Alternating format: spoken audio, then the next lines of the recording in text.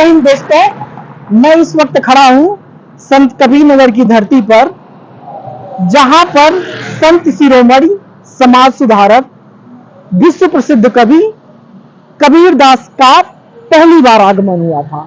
मैंने पिछले वीडियो में आप सभी लोगों को कबीर दास की समाधि तथा मजार के बारे में बताया था और उसका शेष वीडियो रह गया था। तो वही शेष वीडियो जो रह गया था वही मैं आप लोगों को दिखाने के लिए यहाँ पर आया हूँ। चलिए हम लोग साथ मिल करके इस स्थल को देखा जाए, कबीर धुनी को देखा जाए। चलिए आइए, चलिए चलते हैं।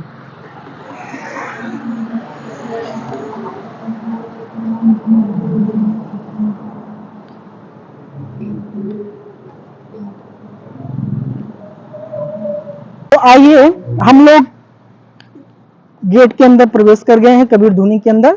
और आप लोगों को पता होगा, आप लोगों ने मेरा जो पिछला वीडियो देखा होगा, पिछले वीडियो में हम लोगों ने कबीर की समाधि स्थल तथा कबीर के मजार के बारे में बताया था। लेकिन इस वक्त जिस स्थान पर मैं खड़ा हूं उसको कबीर धुनी के नाम से जानते हैं। और मैं ये दावे के साथ कह दूं कि कबीर धुनी के बारे में आप YouTube पे खोजते रह जाइएगा कि कबीर धुनी का रहस्य क्या है, यहाँ की ऐतिहासिक घटना क्या है, तो शायद ही देखने को मिले। इस स्थल का बहुत ही महत्व है। आप मेरे सामने देख सकते हैं, सैकड़ों साल पुराना गहरा कुआं है। ये कुआं उस वक्त का है जब कबीर दास जी यहाँ पर रहा करते थे और इस कुएं की गहराई बहुत अधिक है। और आप मेरे सामने देख सकते हैं मेरे बाएं हाथ पे कि यहाँ पर संत मिलन स्थल कबीर धुनी लिखा हुआ है। तो संत मिलन स्थल, ये संत मिलन स्थल क्यों इसका नाम पड़ा? तो इसका इतिहास रहा है कि संत कबीर नगर की धरती पर लगभग 12 वर्षों के लंबी अवधि तक बारिश नहीं हुई थी। बारिश ना होने के कारण तमाम संतों का मिलन यहाँ पर हुआ।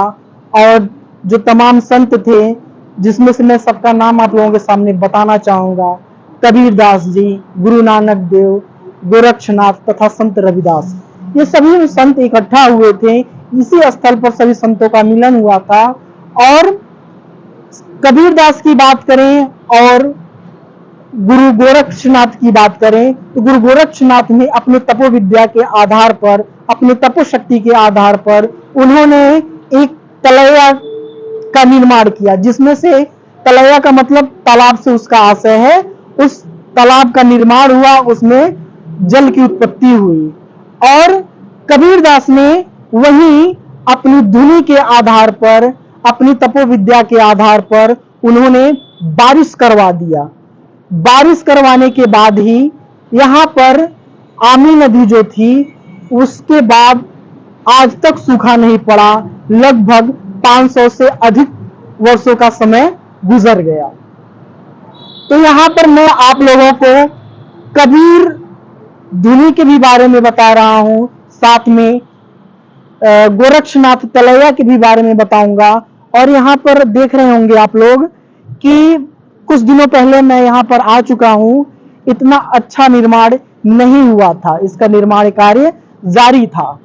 इस निर्माण कार्य में जो काम हुआ है, सरकार ने बहुत अच्छा काम किया है, बहुत सराहनीय काम किया है। तो यहाँ पर आपको मैं दिखाऊंगा कि गोरक्षनाथ बाबा का गोरक्ष तलैया में बहुत सुंदर प्रतिमा का निर्माण किया गया है। अभी मैं उस प्रतिमा को आप लोगों को नजदीक से दिखाऊंगा। इसी दौरान मैं यहाँ का जब वीडियो शूट कर रहा था तो यहाँ पर मुझे दो सज्जन दिखाई दिए। बहुत शांतिपूर्ण स्थान है, दो सज्जन यहाँ पर बैठ करके आपस में बात कर रहे हैं। आइए हम लोग मिल करके आप सज्जनों के माध्यम से जानते हैं और यहाँ के बारे में कुछ जानकारी लेते हैं कि क्या इसकी कहानी है, क्या इसका रहस्य है। तो आइए हम लोग बात करते हैं। सर, क्या नाम है आपका? हमारा नाम विजय कुमार। विजय कुमार सर, क्या आपको इस कबीर धुनी के बारे में कुछ जानकारी है जो हमारे आप व्यूअर्स, हमारे दर्शकों को बताना चाहेंगे? बहुत कुछ तो जानकारी नहीं है जी। पता चला है कि संतों का समागम यहाँ हुआ था। अच्छा, सर का कहना है कि संतों का समागम हुआ था। इससे बड़ी जानकारी क्या होगी किसी की? उन संतों का नाम आप हमें बता सकते हैं कि कौन कौन से संत थे? 2 लोगों का नाम मालूम है, कौन कौन से एक लोग? गोरखनाथ जी का और श्री संत कबीरदास जी का। सर ने कहा कि एक गोरक्षनाथ थे और संत कबीरदास जी थे। इन दोनों संतों का आगमन यहाँ पर हुआ था, लेकिन जहां तक मुझे जानकारी है कि इन दोनों संतों के अलावा और भी संत यहाँ पर थे। वो 2 संत थे, संत रविदास और गुरु नानक साहब। गुरु नानक साहब का यहाँ से लगभग 200 मीटर की दूरी पर उनका गुरुद्वारा भी बनवाया गया है। सिख धर्म के लोगों के द्वारा गुरुद्वारा भी बनवाया गया है। तो ये उस बात का प्रतीक है कि उस दौर में गुरु नानक साहब भी थे। तो हमारे साथ एक और सज्जन यहाँ पर बैठे हैं, आइए उनसे भी कुछ बातचीत करते हैं। सर क्या नाम है आपका? वीरेंद्र कुमार। थोड़ा और इधर आ जाइए। वीरेंद्र कुमार। वीरेंद्र कुमार सर बताएं कि आपका नाम वीरेंद्र कुमार है। सर आप कुछ जानते हैं इस स्थल के बारे में? अभी इस स्थल के बारे में यही जानते हैं हम कि मेरे साहब यहाँ आए थे, अपना धुनी लगा करके यहाँ तपस्या बैठे थे, कर रहे थे। उसके बाद यहाँ से धुनी हम लोगों को भी नहीं पता था।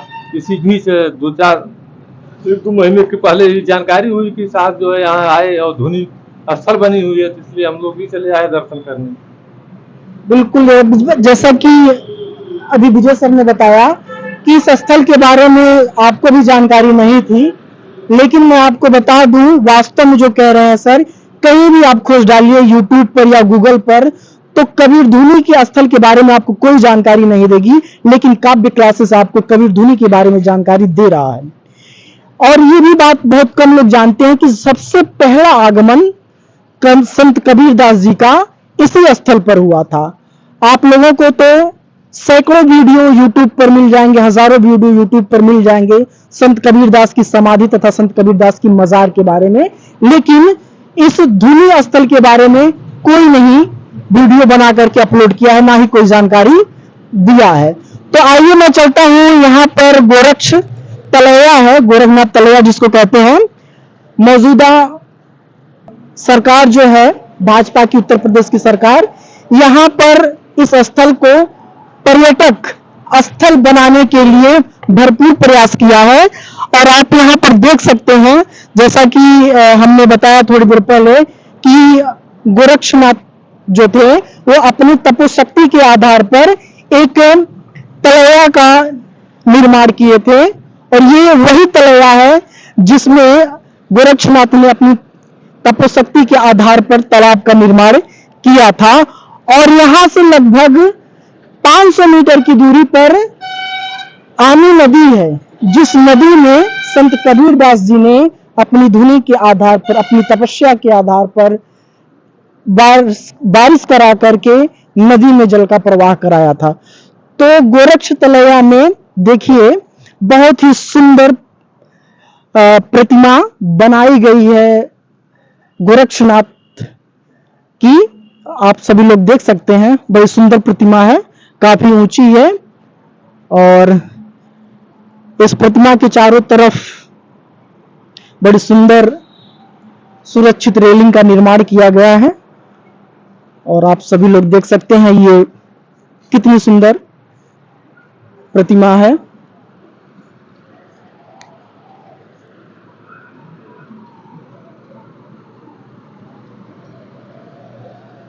तो यही थी गोरक्ष तलैया। और पिछले वीडियो में मैंने कबीरदास की समाधि के बारे में बताया था। अगर जो आप लोग उस चीज को नहीं देखे होंगे, समाधि स्थल तथा कबीरदास के मजार के बारे में, तो एक बार जरूर काव्य क्लासेस को सर्च करिएगा। आपको सारी जानकारी कबीरदास जी के बारे में, उनकी समाधि के बारे में, उनके मजार के बारे में मिल जाएगी। तो अगर जो हमारे आप चैनल पर नए हैं तो काव्य क्लासेस को सब्सक्राइब करिए, लाइक करिए, शेयर करिए और बेल आइकन भी दबा दीजिए ताकि हमारा हर वीडियो आप तक पहुंचे। जय हिंद।